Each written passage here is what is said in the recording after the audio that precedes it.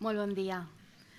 Le acabo de decir a Clara Roca, que me la he encontrado aquí, que es una de las mejores sumilleres que tenemos aquí en Girona, que estaba realmente nerviosa, pero en realidad ahora mismo estoy muy contenta. Estoy muy feliz y estoy muy tranquila. Justo acabo de hablar con Sasha y le da las gracias por invitarme, por estar aquí con vosotros. Y me dice, no tienes que darlas, formas parte de la gastronomía y estamos aquí todos juntos, ¿no? Eso es acoger también, más en un oficio como el periodista gastronómico, que muchas veces nos sentimos realmente solos y que no tenemos una brigada que nos abrace y en quien apoyarnos. Entonces, también es muy bonito que en el Basque Culinary y todo el apoyo de este evento confíen pues, en voces más nuevas, que llevamos mucho tiempo también trabajando, pero que nos den la oportunidad de sentirnos que formamos parte de esta gastronomía, ¿verdad? Marc Casanovas, que luego también estará aquí, o Laxmi Aguirre, es realmente puro agradecimiento el que tengo, por tanto ya no estoy nerviosa, ahora estoy muy feliz. Me sorprendió cuando me dijeron que iba a presentar el segmento de innovación cuando estoy todo el día hablando de abuelas y reivindicando el papel de nuestras ancestras, ¿no? Pero es que realmente pues hay mucha innovación también en el pasado y hay muchas caras de la innovación y yo supongo que es por eso que habéis confiado en mí, porque hasta ahora creíamos que la innovación solamente pues solamente iba hacia un lado, ¿no? Hacia la tecnología, cuando en realidad la innovación es un prisma pues, con muchas caras. Y bueno, pues hoy nos acoge Girona, que es una tierra que sabe mirar al pasado para transformar siempre con provocación y mirar hacia el futuro, ¿no? Es una tierra que transforma hacia el futuro, siempre lo ha hecho. Y además nos acoge la familia Roca, a quien siempre agradecemos su hospitalidad. Muchísimas gracias. Ayer un taxista me dijo, yo no sé si los Roca cocinan bien o mal, pero lo que sí sé y sabemos en Girona es que son buenas personas. Y pensé, joder, pues es la mejor crítica que te pueden hacer, ¿no? Qué bonito.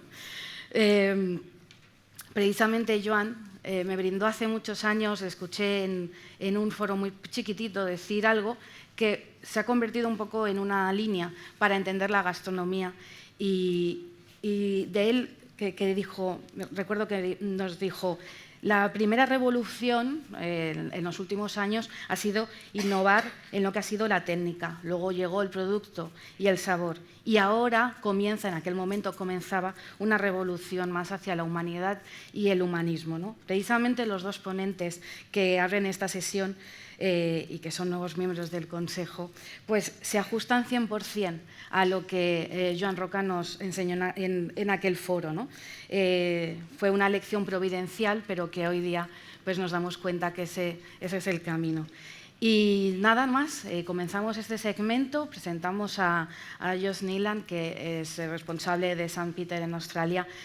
En España le conocimos precisamente, yo creo que le conocimos a partir de un libro maravilloso que es de Whole Fish Cookbook, que publicaron en 2019 y también se tradujo al castellano y también fue muy importante ese papel de los congresos, de traernos a ellos para conocerle, para acercarnos toda su filosofía, una filosofía que en realidad no está muy alejada del tipo de cocina que nosotros hemos hecho aquí en ambas orillas, ¿no? En el Atlántico y en el Mediterráneo, del aprovechamiento total de los pescados. Sin embargo, lo que nos permite lo que ellos nos enseña y nos abre una ventana es hacia, pues a lo mejor, pues que hay algunos métodos de conservación que nos ayudaría mucho para mejorar pues, los tiempos y el aprovechamiento absoluto, ¿no? Te doy la bienvenida, Josh, y luego tendremos también a la compañera Pia León que presentaré y al finalizar haremos un pequeñito coloquio entre los tres sobre la innovación y todas sus caras. Muchísimas gracias.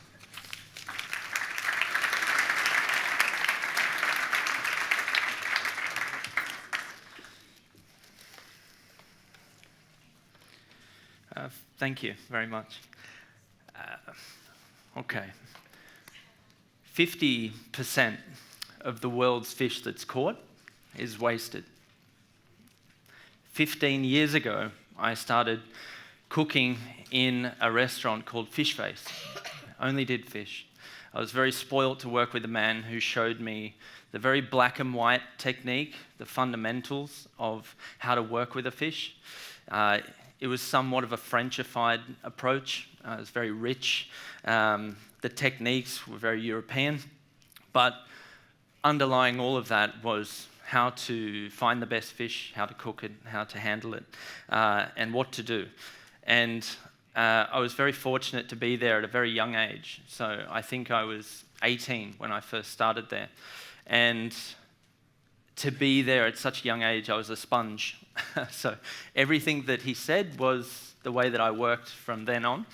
So what I noticed, though, through those rhythms and the technique that you get taught, is you no longer pay attention to what you're doing because you're working with such efficiency to get the task done and get the product that you have been asked to get.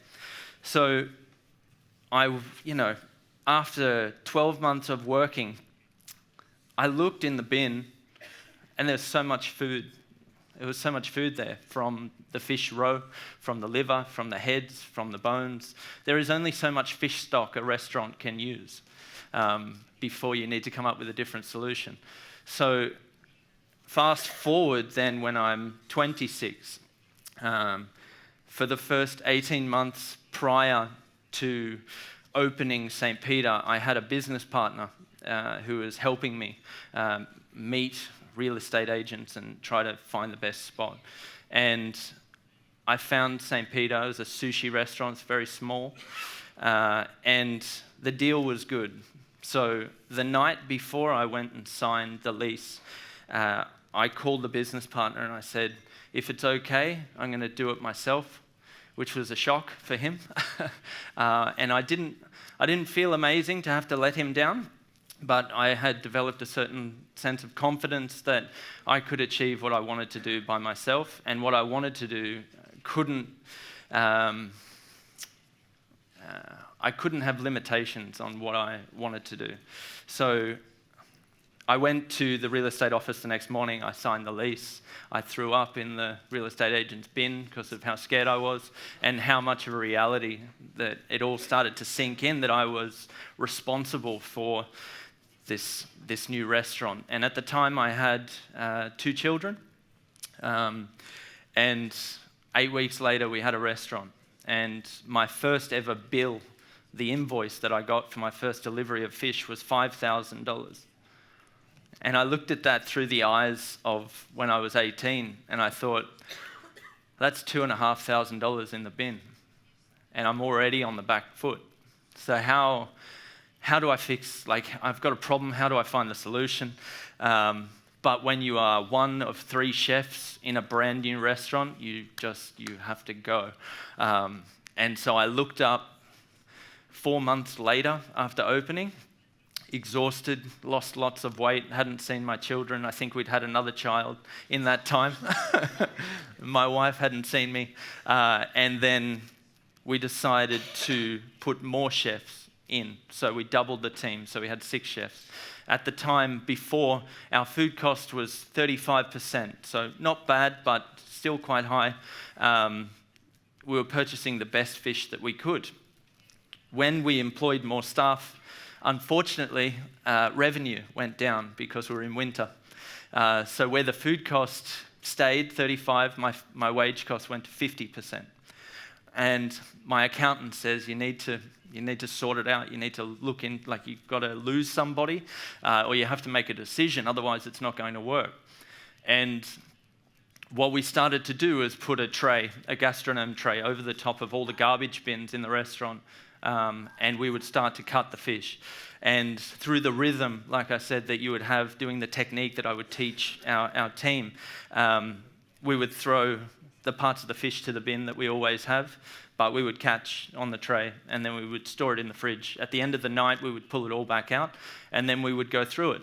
And the only context I had for how to bring about a solution in a desirable way was to think of fish more as meat, because there is a history of how to work with an animal. And I think fish, there is only so many resources you can draw down on for what you can achieve with a fish, without just thinking of the 2 fillets and the head and the bones in between. So upon thinking of this new way, we started generating more excitement for the guests that were coming in. We were serving the eyes as chips.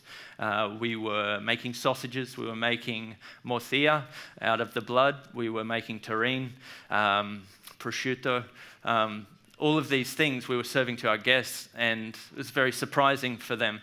And when it got to September, October, when the restaurant awards happened in Australia, we were remunerated with Best New Restaurant and Chef of the Year, and many, amazing things happened. But what we had discovered is, as a team, we had developed this new way of working with a fish. To me, my responsibility, I'm in a position now where in 10 months, there was 100,000 more people on Instagram watching. And that's extraordinary. And it's extraordinary the reach that a chef has to be able to impact cuisine and to be able to impact some social change. The way that we have worked with fish for so long is so flawed, and it has brought about the demise of one of the most fragile, beautiful products that we have in this world. So for me, creating St. Peter was a way to express ourselves creatively and create a wonderful experience for our guests. But then Fish Butchery was a way to show that a retail business does not have to have 25 meters of ice going down the room full of fish piled up off the bone. The way that we wanted to present our fish was whole, on the bone, and when you walk into the store, we cut the fish off the bone for you. We mature the fish on the bone for you. We dry age the fish. Aging is a practice that has been celebrated all throughout Japan and China and Korea, all through the East. For centuries, it's been an act of preservation. For us, we are doing a very different process where we handle the fish dry. Where once the fish comes out of water, it never returns to the water. And this is very laborious. I mean, we have 20 staff at Fish Butchery every day with paper towels, wiping and cutting the scales, sorting through all the organs. So where you gain, yield, where we have managed now 95% from one single fish, you have invested so much money in the labor. And I feel that is the issue that we face. To stop the system that we are in right now requires us to pull the brake on the whole wheel that continues to spin, and we need to start again. It's, to me, the onus of the issue that we face with wastage and the way that we consume fish should not be with those who purchase the fish. The onus should not be with the consumer. It needs to be back on the industry to bring about a solution. And to me, we have fishmongers in this world. That mongers denote the word dealing and trading in a commodity. And for us to commoditize fish any further, the 50% that we lose from the catch that we get will only get worse. And we're talking about 50% that gets wasted from the catch, that then as a chef in the Western world, we only achieve a 50% return from. So it doesn't make sense the way that we're working. To me, a monger needs to work side by side with a butcher. And I find myself very grateful to get the opportunity to work with the Basque Culinary Center. My vision is that I hope we can create curriculum and create education around how to be a fish butcher. And when you go on Google and you look up fish butchery or fish butcher, usually it's me.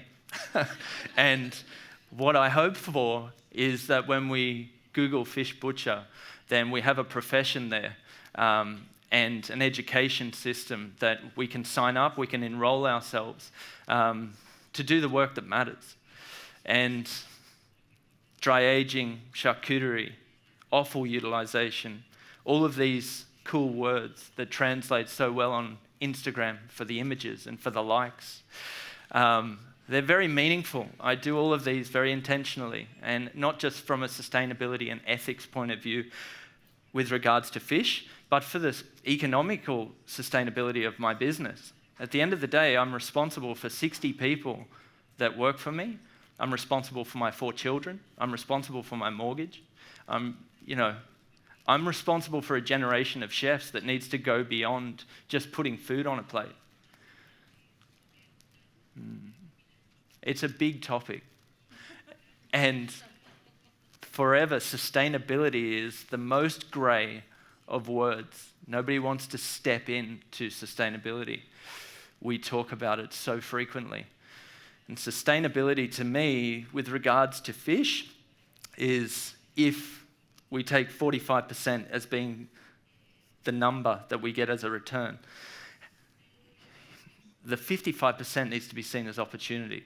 And if you can get that number as close to 100% as you can, it's amazing, because instead of 2 fish coming from the water, we just take 1.